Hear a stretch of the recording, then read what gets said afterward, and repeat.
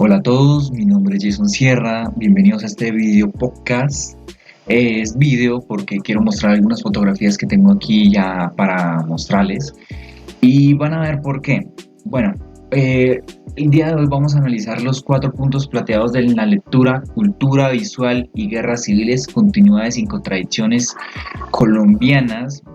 Y empezamos por un título bastante interesante que ya habla de mucho como colombiano. Yo como colombiano, por ejemplo, yo no conozco muy bien la historia después ya de la independencia de Colombia en el siglo XIX. Y estas son las bases de lo que somos ahorita como colombianos, de la separación del Istmo de Panamá, de las bastantes guerras civiles que sufrimos en Colombia, de la polaridad que hay aquí en Colombia actualmente y de la que también hubo en ese siglo, de la que siempre habrá tanto de libertad, se me fue la palabra, de conservadores como liberales. Y bueno, hablemos tanto de, bueno, como dice el título, Colombia 1875 a 1885. Este escrito es de Hernán Rodríguez Vargas. Este periodo, bueno, empezamos con el que en este periodo histórico fue testigo de una serie de guerras civiles que quedaron y dejaron una huella profunda, como ya lo decía, en la cultura visual de Colombia. Y eso es algo muy interesante porque esas guerras civiles que dejaron Colombia dejaron algo más allá que una enseñanza, dejaron un arte. Vamos a explorar cómo estas guerras y la cultura visual se entrelazaron y reflejaron las continuidades y contradicciones de la sociedad colombiana de la época. Entonces podríamos empezar por 4 puntos principales que nos deja el texto.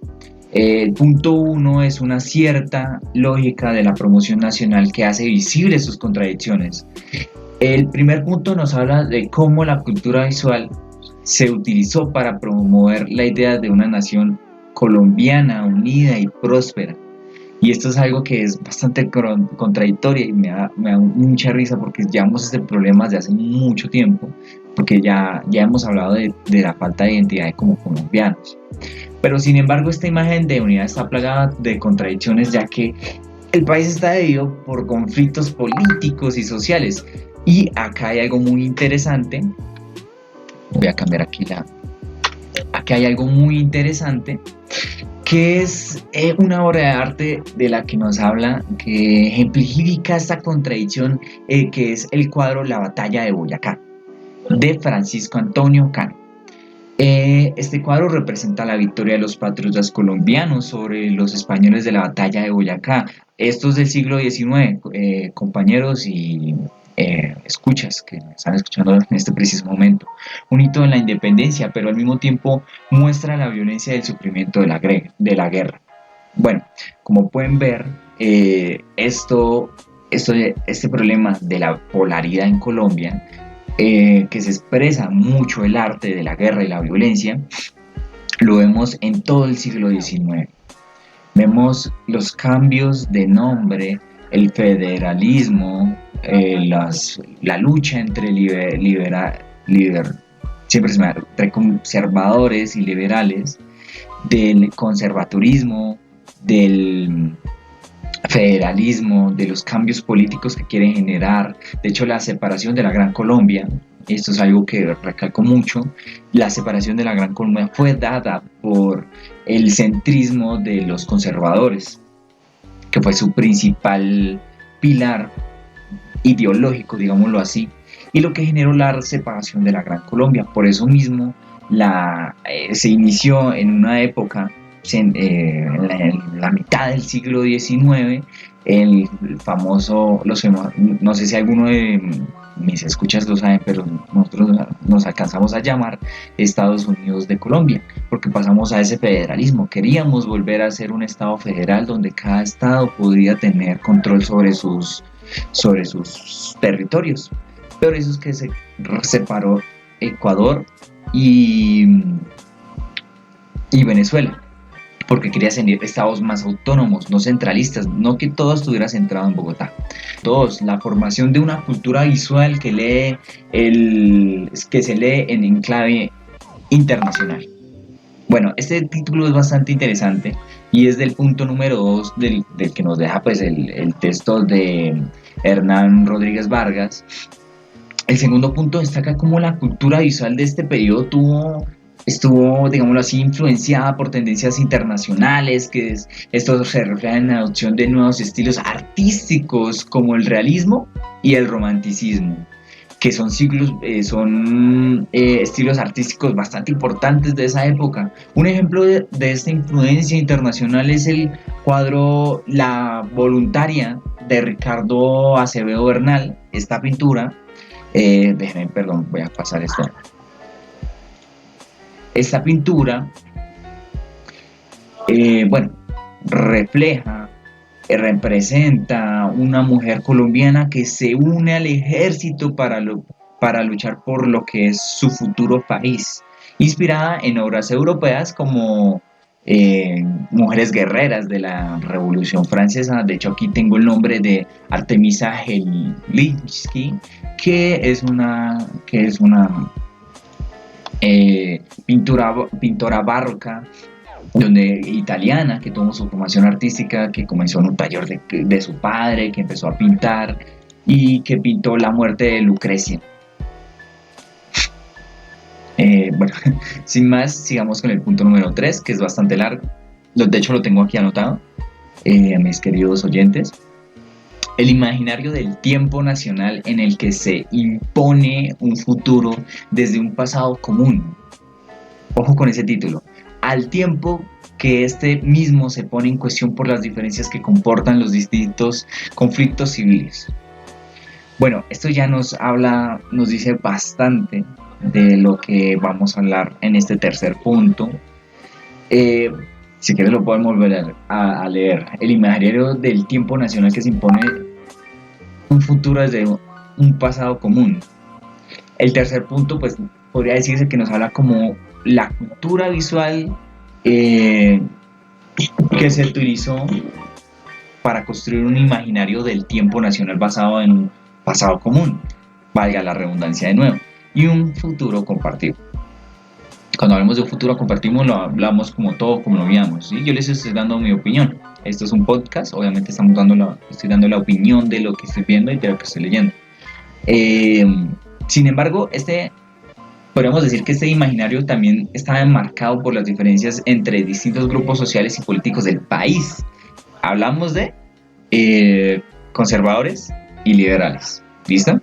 El cuadro El Grito de la Independencia habla mucho de eso y eso es algo espectacular y me parece genial de este escrito.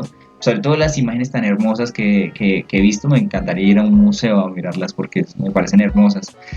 Bueno, El Grito de la Independencia de José María Espinosa representa el momento en el que cura Camilo Torres declara la independencia. Este es un prócer de la independencia, no sé si alguno de mis oyentes lo conozca. Bueno, yo estoy seguro que sí, tienen que conocerlo porque lo vieron en bachillerato. Es un prócer de la independencia que declara la independencia en Colombia, y este cuadro se inspira en obras europeas como La Libertad guiando al pueblo, si no estoy mal, de Eugène Decaux.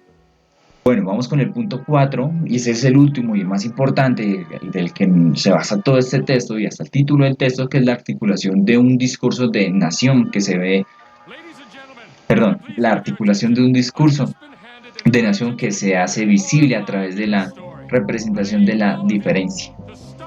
Título bastante importante, bastante que nos deja bastante pensando, porque obviamente hablamos de un arte filosófico, y yo lo quiero marcar así porque obviamente hablamos yo estoy hablando de arte filosófico en el sentido de hablar de Hernán Rodríguez Vargas en este texto, porque habla de de mucha metáfora, habla de mucho parálisis, de muchos paralelos. Y en el cuarto punto se enfoca en cómo la cultura visual representó la diferencia, ya sea étnica, racial o social. Todos sabemos, yo como colombiana sé que perfectamente, aparte de los grandes ecosistemas, de los grandes pisos térmicos, de las tres cordilleras que gozamos en Colombia, también gozamos de una gran e increíble eh, diversidad racial de la población colombiana. Y bueno, eso se refleja en un ejemplo que es el cuadro El Mulato, no sé si alguno de los distinga, de Ricardo Acevedo Bernal, que representa a un hombre de ascendencia africana y europea. Esta obra refleja también pues esa misma diversidad.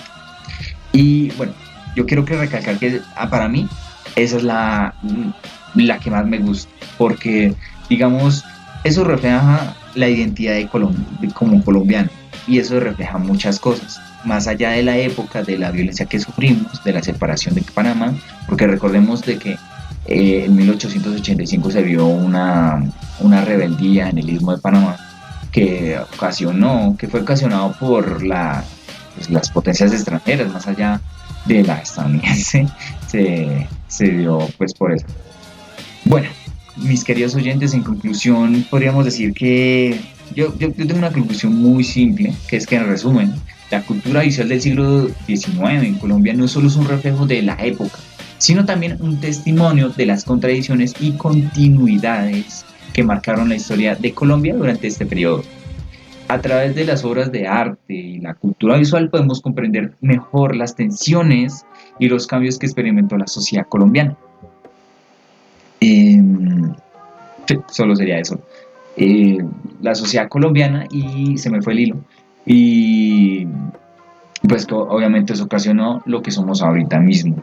Pero la gente tiene que saber mucho de eso, tiene que leer más sobre este autor, tiene que ver las obras de arte, porque no son solo lienzos colgados en un museo, sino que es mucha historia que nos refleja a nosotros y nos identifica como colombianos. Y que les den like y se suscriban. Muchas gracias.